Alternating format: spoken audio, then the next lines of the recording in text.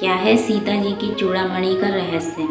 माता सीता की मुँह दिखाई में उनकी सबसे छोटी सास कैकई ने उन्हें अयोध्या का सबसे सुंदर भवन कनक भवन उपहार में दिया, तो उनकी मंझली सास माता सुमित्रा ने अपने जूड़े से चूड़ामणि निकालकर सीता जी के जूड़े में लगा दी।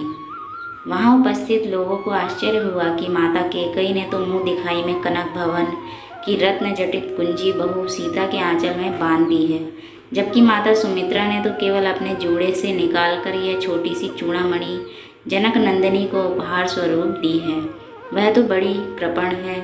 तब कुलगुरु महर्षि वशिष्ठ ने सभी उपस्थित जनों को चूड़ामणि की महिमा और इतिहास बताते हुए कहा, चूड़ामणि जूड़े में लगाए जाने वाला वह आभूषण है जिसकी समानता केवल श्रीमन नारायण के हृदय पर शोभायमान कौस्तुभ मणि ही कर सकती है।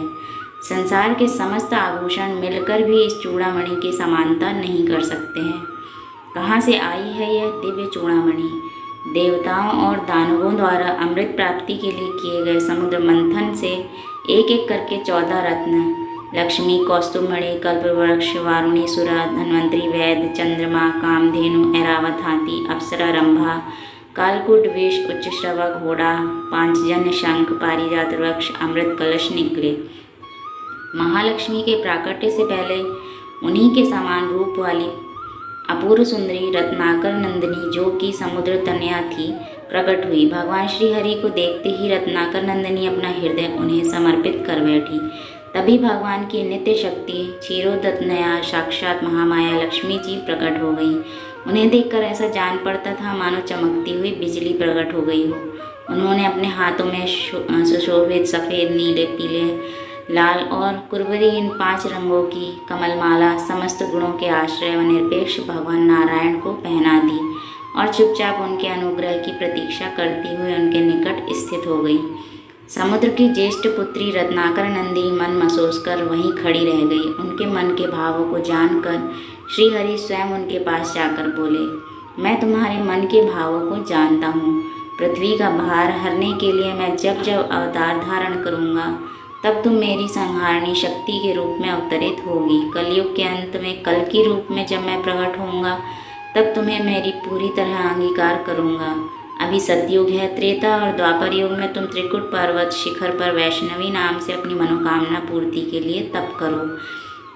तब रत्नाकर नंदिनी ने अपने पिता द्वारा दी गई रत्न जड़ित चूड़ामणि, जिसे विश्वकर्मा ने बनाया था, अपने जूड़े से निकालकर श्री हरि को भेंट कर दी और तप करने के लिए चली गई। भगवान श्री हरि ने वह चूड़ामणि पास खड़े देवराज इंद्र को भेंट कर दी, क्योंकि वे उसे ललचाई दृष्टि से देख रहे थे। इंद्र ने वह चूड़ामणि इंद्राणी के केशों में सजा दी।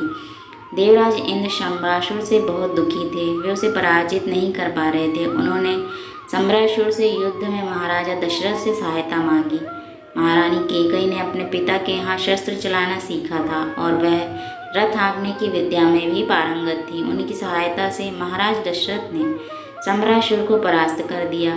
देवराज इंद्र के आमंत्रण पर वे महारानी कैकई के साथ सदैव देवलोक गए। इस अवसर पर इंद्र ने महाराज दशरथ को स्वर्गलोक की मंदाकिनी के राजहंसों के 4 पंख भेंट किए और इंद्राणी ने चूड़ामणि महारानी कैकई को भेंट में देते हुए कहा, जिस स्त्री के केशों में यह दिव्य चूड़ामणि रहेगा उसका सौभाग्य अखंड रहेगा। उसके पति के राज्य में अकाल और अतिवृष्टि जैसी आपदाएं नहीं आएंगी और कोई शत्रु उन्हें पराजित नहीं कर सकेगा। महारानी कैकई ने अयोध्या आकर वह चूड़ामणि यह सोचकर सुमित्रा जी को दे दी कि मुझे तो महाराज दशरथ और प्रजा का प्यार वैसे ही सबसे ज़्यादा मिल रहा है। मंझली रानी सुमित्रा रात दिन परिवार की सुख सुविधा में लगी रहती हैं। हमारा सौभाग्य भी एक ही है, अतः इसकी असली हकदार तो सुमित्रा ही है। प्रभु श्री राम के विवाह के बाद माँ जानकी की मुँह दिखाई की रस्म शुरू हुई। कृपा की मूर्ति महारानी सुमित्रा ने जब घूंघट की ओट से जनक दुलारी का मुख देखा तो बस उन्हें देखती ही रह गई और वात्सल्यवश नववधू को सौभाग्य का आशीर्वाद देते हुए उन्होंने अपने केशों से सजी चूड़ामणि को निकालकर जानकी जी के जूड़े में सजा दिया। वनवास के लिए जाते समय सीता जी ने काषाय साड़ी तो धारण कर ली, परंतु कुलगुरु वशिष्ठ और उनकी पत्नी अरुंधति के कहने पर आभूषणों का त्याग नहीं किया। रावण द्वारा हरण किए जाने पर वह पुष्पक विमान से अपने आभूषण जगह जगह डालती रहीं। लंका पहुंचने तक केवल चूड़ामणि ही उनके पास शेष रही थी।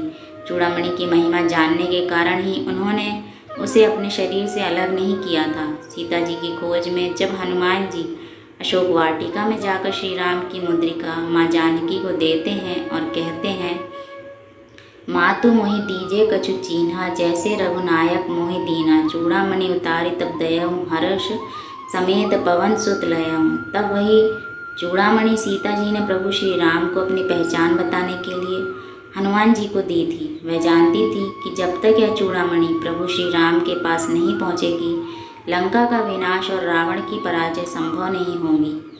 अगर यह प्रसंग आपको पसंद आया हो तो लाइक करें, दोस्तों में शेयर करें और ऐसी ही जानकारियों के लिए हमारे चैनल को सब्सक्राइब करें। धन्यवाद।